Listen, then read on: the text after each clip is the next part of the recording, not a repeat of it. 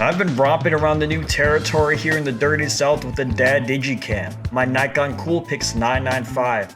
Saw some horses, buildings and things, and we'll talk about this cheap weird camera now. A while back we were issued a challenge by our good pal Shutterslaps on the 775, so I figured that we'd take a gander at its evolved, cockeyed, bopped brother, the 995. By the way, Shutterslaps did a fantastic video on this camera as well, so I'd suggest you check that out too. Before we look at some images taken from this old boy, let's take a gander at its weirdly shaped body first. I don't have a premium red strip, rather the Grimace edition, which they should bring back for us amethyst purple fans. Firstly, it's a pretty big camera running the size of a modern full-frame mirrorless, but it's pretty lightweight. The body's a polycarbonate plastic and magnesium alloy mix, which allows you to fit into your jogging pants without them sagging off if you dare to wear it on you.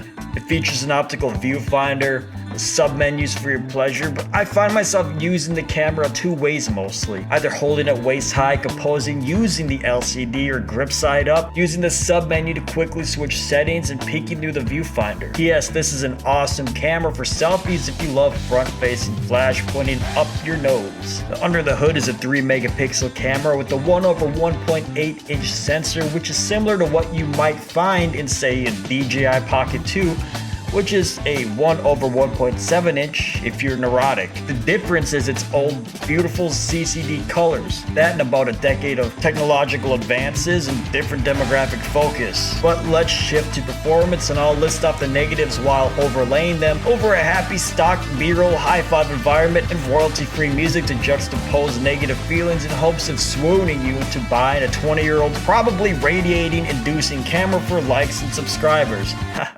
Just kidding, but really. Firstly, the battery life is poor, and it'll probably die within 30 shots. It's not a fast or quiet camera. It sounds like an old Packer bell when you're firing it up, mumbling and rambling off to itself like a confused old man.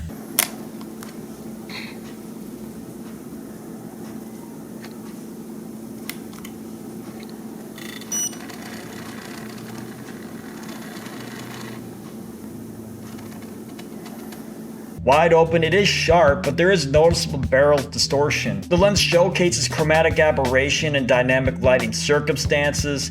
There's room to bend or flex images a bit in post, but not much since it's TIFF or JPEG only.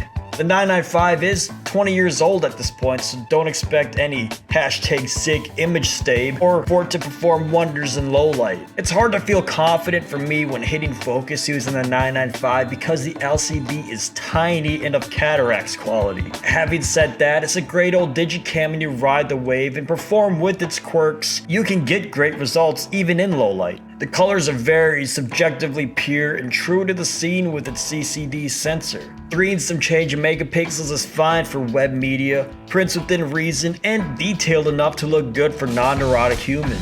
If you need more detail, the camera can perform brackets, or you can stitch together images like I've done here. This is about an 18 megapixel file using my big brain math and a little bit of post-production. The swivel body is quite handy and it's great for street walking because it really doesn't look like a camera. Being able to compose your image without your dome facing the subject is great for incognito, street photography if needed. Also, easy selfies. Switching settings is quick with the sub-menus, and reviewing files is even easier on the 995.